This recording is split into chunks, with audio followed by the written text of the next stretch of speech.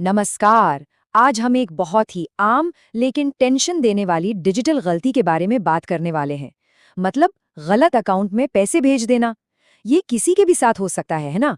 तो सबसे जरूरी बात यह है कि हम जानेंगे कि ऐसी सिचुएशन में फौरन क्या करना चाहिए।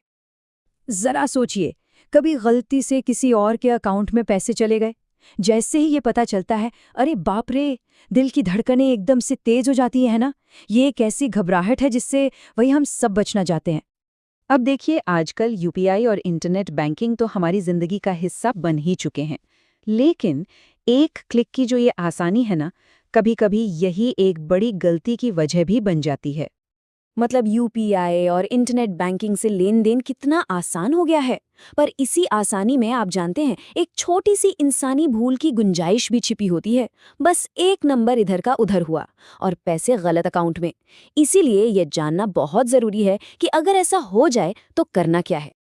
तो अगर कभी ये गलती हो जाए तो घबराने की जगह सबसे जरूरी है सही कदम उठाना। तो चलिए अब जानते हैं कि इसकी शिकायत कैसे और कहाँ करनी है। तो देखिए, सबसे पहला काम है पैनिक नहीं करना, शांत रहना है और फिर फौरन बस एक काम करना है जो सबसे ज्यादा मायने रखता है।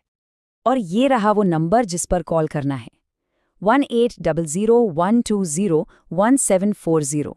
ये कोई ऐसा वैसा नंबर नहीं है, ये एनपीसीआई यानी कि national payments corporation of India की ऑफिशियल हेल्पलाइन है। तो ये बात गांठ बांध लीजिए। जैसे ही गलती का पता चले, बिना एक सेकंड की भी देरी किए इस टोल फ्री नंबर पर अपनी कंप्लेंट रजिस्टर करा दे। इससे होता क्या है कि एक ऑफिशियल प्रोसेस शुरू हो जाता है और आपके बैंक और जिस बैंक में पैसे गए हैं दोनों को तुरंत इन्फॉर्म कर दिया जाता है। अब ये जो नंबर है ना, ये सिर्फ गलती होने पर ही काम नहीं आता। असल में इसे पहले से ही सेव करके रखना आपकी फाइनेंशियल सेफ्टी के लिए एक बहुत जरूरी कदम है। सोचिए, इस नंबर को फोन में सेव करना एक तरह की तैयारी है। ठीक वैसे ही जैसे हम अपनी गाड़ी में एक फर्स्ट एड किट रखते हैं। उम्मीद तो यही करते हैं कि इसकी जरूरत कभी ना पड़े, लेकिन अगर पड़ गई तो यकीन मानिए ये बहुत मदद करेगा।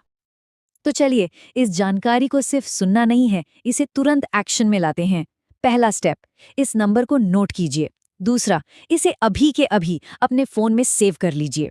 और तीसरा, इसे फाइनेंशियल हेल्पलाइन या पेमेंट एरर हेल्पलाइन जैसा कोई नाम दे दीजिए, ताकि जरूरत पड़ने पर घबराहट में भी आसानी से मिल जाए।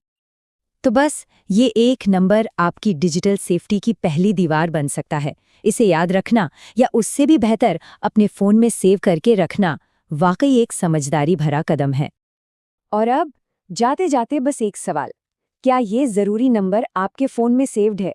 अगर नहीं, तो शायद इसे अभी सेव कर लेना एक अच्छा आइडिया रहेगा, क्योंकि ये छोटा सा स्टेप आपको भविष्य की किसी बड़ी टेंशन से बचा सकता है।